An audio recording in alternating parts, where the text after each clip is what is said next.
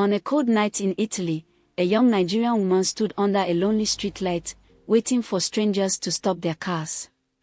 5 years earlier, she had left Nigeria with dreams of changing her family's life forever. Now, homeless and hungry, she was doing something she had once sworn she would never do. And the saddest part, her mother still believed she was living the dream abroad. If you enjoy emotional stories that expose the hidden realities behind the Jopo dream, please like this video, subscribe to the channel, and turn on notifications. You never know whose story might change your perspective. 5 years earlier, 28-year-old Sandra was the hope of her family in Benin City. Her father had died when she was still in secondary school, leaving her mother to raise 3 children alone. Life had never been easy. Her mother sold akra and pap in front of a school gate. Sometimes they ate only once a day. Still, her mother made sure all her children graduated. Sandra had done her part. She finished university with good grades. Everyone said she was destined for greatness. But greatness seemed to have forgotten her address. Months became years. No job. No connection. Nothing. Every morning, she joined thousands of young Nigerians battling traffic and disappointment. She printed CV after CV. Spent money she didn't have. Attended interviews that led nowhere. Each rejection felt like a slap. Meanwhile, social media was showing a different reality. People she knew were posting pictures from London. Some from Canada. Others from Italy. They looked happy. Expensive clothes. Beautiful apartments. Smiling faces. Everyone seemed to be winning. Meanwhile, the landlord had given her family a quick notice. Her younger brother had stopped attending lectures because they couldn't pay his school fees. One evening, she heard her mother praying. "God, I don't know how much longer I can do this." Sandra froze. It was the first time she had heard her mother cry while praying. That night, she couldn't sleep. The next morning, she made up her mind. She had to leave Nigeria. No matter what. 2 weeks later, salvation appeared in the form of a woman called Madam Stella. People respected her. Whenever she returned for Christmas, she shared money in church. She looked successful. Expensive jewelry. Italian designer bags. Heavy accent.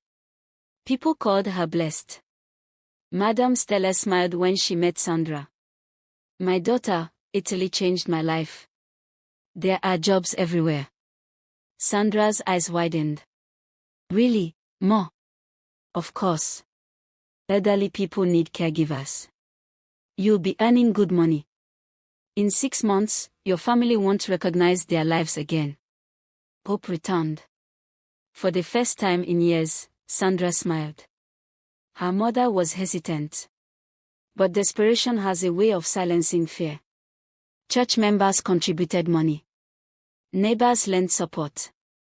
Her mother even sold her late husband's gold wristwatch. Everybody celebrated. "Our daughter is going abroad." Relatives who never called suddenly remembered her number. People advised her, "Don't forget us when you hammer." Her younger brother bragged to his friends, "My sister is going to Europe." Even Sandra started dreaming again. She watched videos of Milan and Rome. Imagine buying a house. Imagine taking care of her mother. Imagine coming home one Christmas as the family's miracle. 3 months later, she boarded a plane. At the airport, her mother held her tightly. "My daughter, don't forget God." Sandra smiled. "Mama, next Christmas will be different."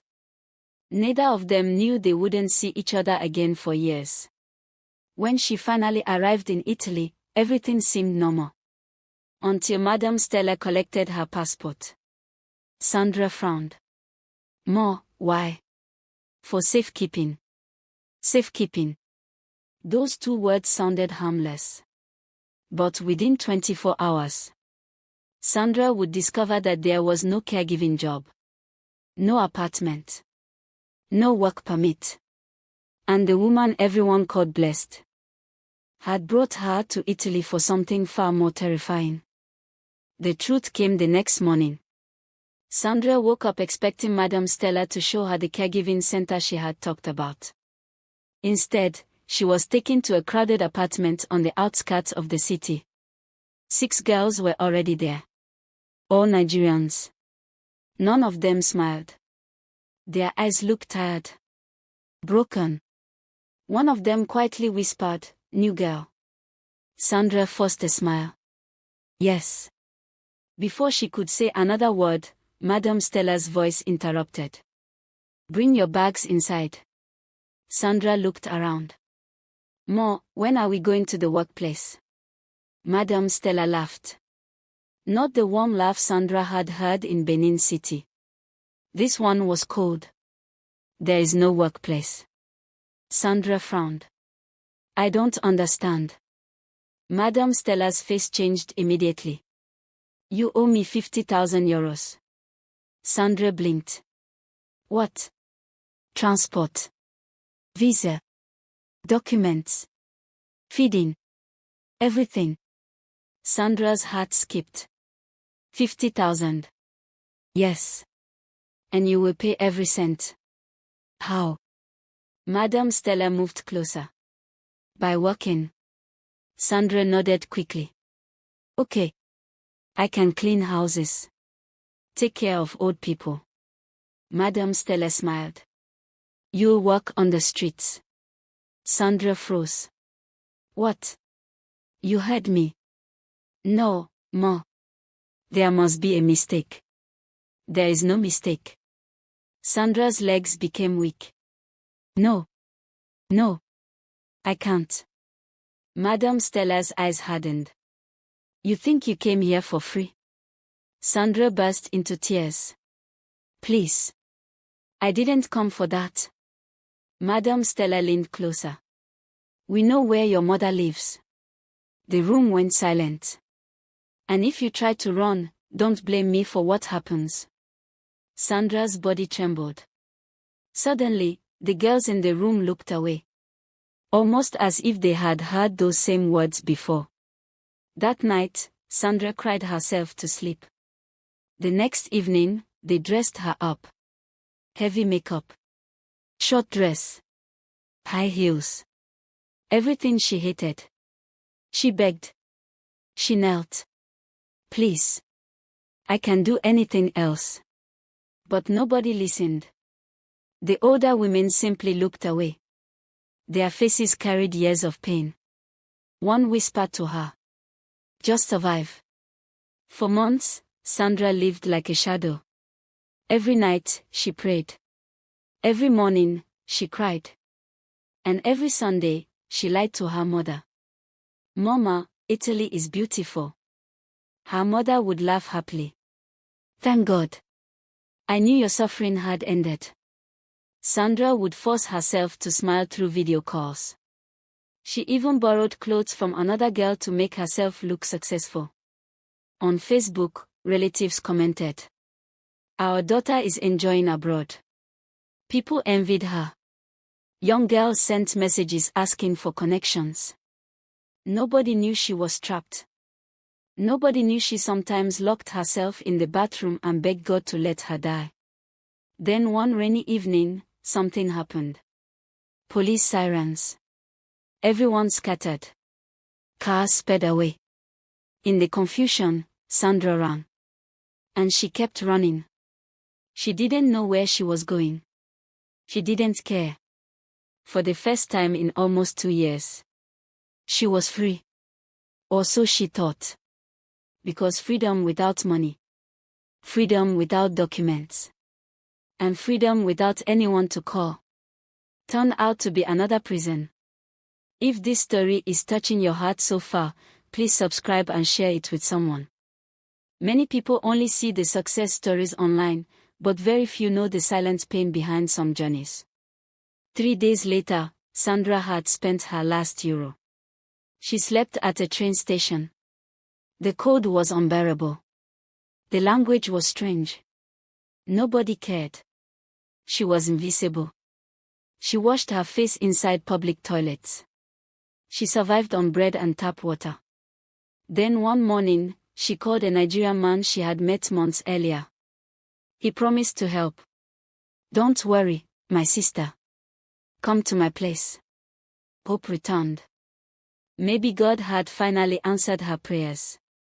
But when Sandra arrived, she immediately realized she had made another terrible mistake. And this time, there was no Madam Stella to blame. The moment Sandra entered the apartment, she knew something was wrong. The man locked the door. Then he smiled. Not the kind smile he used on the phone. This one made her skin crawl. "You can stay here," he said, pouring himself a drink. Sandra breathed with relief. "Thank you. God bless you." The man laughed. "God bless me. You think I brought you here for free?" Sandra froze. "What do you mean?" "You'll pay me back. One way or another." Sandra immediately grabbed her bag. "I'll leave." The man blocked the door. "You'll leave where? You don't have papers. You don't have money." Fear gripped her. But somehow, she pushed him with all her strength and ran out. Barefoot. Terrified. She ran until her chest hurt. By midnight, she found herself back at the train station. Cold. Hungry. Alone. For the first time since leaving Nigeria, Sandra wished she had never boarded that plane. Days turned into weeks.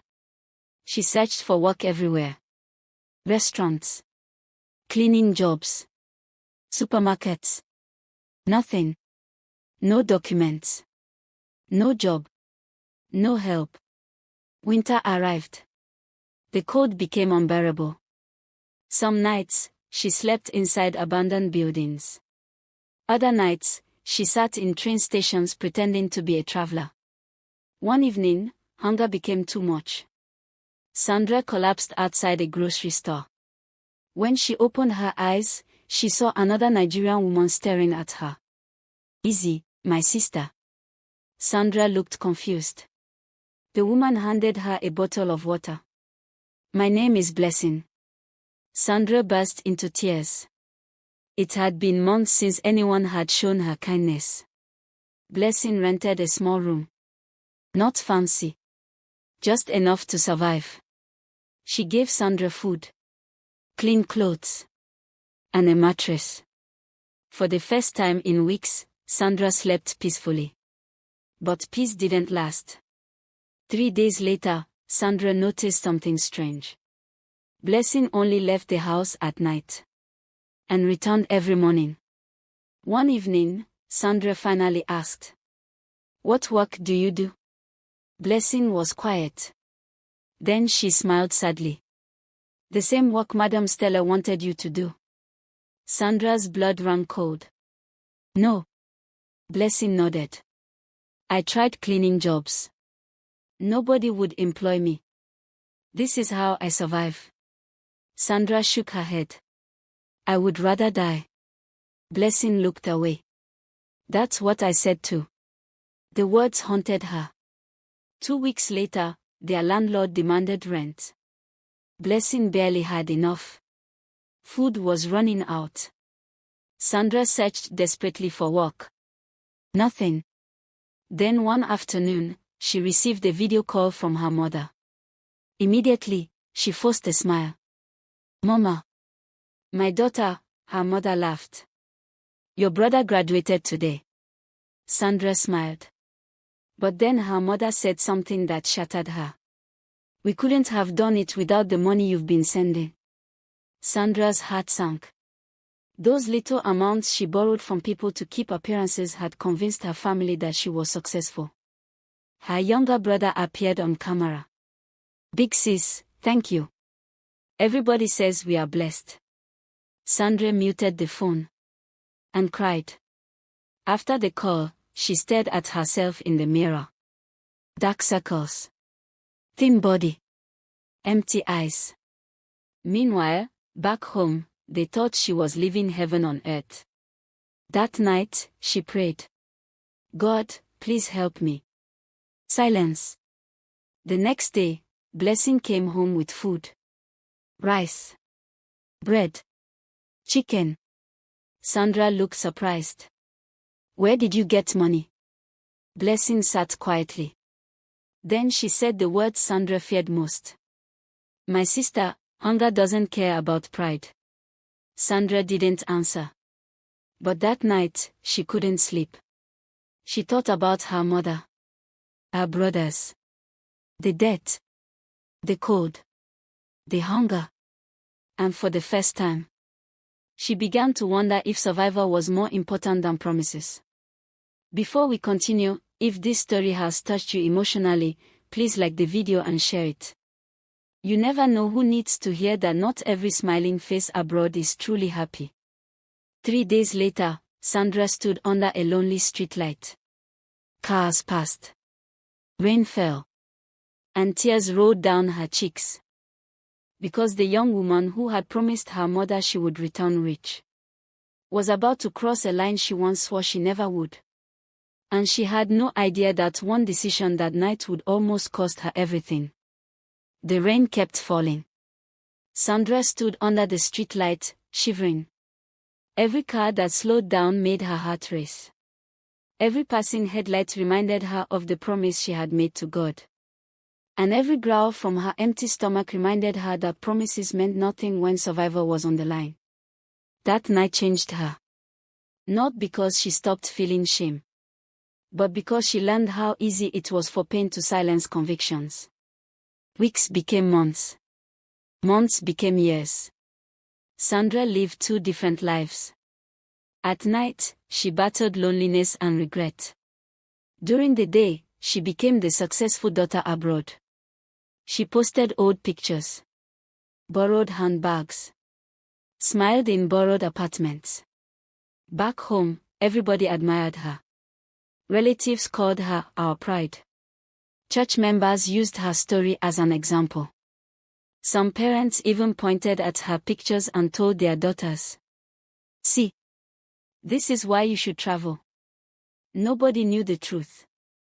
Nobody knew that after every smile came tears. Then one night, something happened. Sandra almost ended her life. She stood at the edge of a bridge. The cold wind blew against her face. Her eyes were swollen. She was tired. Tired of pretending. Tired of suffering. Tired of living a lie. Then her phone rang. It was her mother. Sandra ignored it. The phone rang again. And again. Finally, she answered. "My daughter." Sandra said nothing. Her mother's voice trembled. "I don't know why, but I've been praying since morning. Are you okay?" Sandra burst into tears. For 10 minutes, she couldn't speak. But she still lied. "I'm fine, Mama." Her mother smiled. "Okay. Just remember, money is not everything. Your life is more important." Those words stayed with her. 2 weeks later, while sitting outside a supermarket, Sandra met a woman named Adis. She was part of a church outreach program helping migrants. Adis handed her food. Sandra refused. "I'm not a beggar." Adis smiled. "Neither am I.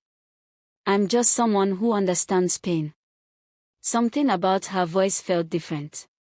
She didn't judge. She didn't ask questions. She simply kept showing up. Eventually, Sandra followed her to a support center. For the first time in years, Sandra told someone the truth. Everything. Madam Stella. The streets. The lies. The pain. And instead of disgust, she received compassion. The center helped her get counseling. They taught her sewing and hairstyling. It wasn't easy. There were days she wanted to quit. Days when memories haunted her. But slowly, very slowly, she began to live again. 3 years later, Sandra owned a small African fashion store. Nothing luxurious. Nothing flashy. But it was honest. And peace had finally returned. Then one afternoon, she called her mother. This time, she told her everything. Everything. The silence on the other side broke her heart. Then she heard her mother crying. "My daughter." Sandra closed her eyes. "I'm sorry, Mama." "For what?" "For disappointing everyone." Her mother's voice shook. "You never disappointed me." Sandra sobbed. "I lied." "I know." Sandra froze. "What?" "A mother always knows." "You knew." "I knew my daughter was suffering. I only prayed for God to bring you back alive." Sandra cried harder. "I thought you would hate me." "Hate you? You are worth more than money. You are my child." At that moment, years of shame left her. She finally felt free. Today, Sandra spends part of her time helping vulnerable migrant women rebuild their lives. Whenever people say, "Everybody abroad is rich," she smiles sadly. Because she knows something many people don't. Not every smiling picture tells the truth. Not every success story on social media is real. And sometimes, the greatest blessing is not becoming rich. It's surviving what was meant to destroy you. If there's one lesson in Sandra's story, it's this. Never let pressure make you compare your life with what you see online.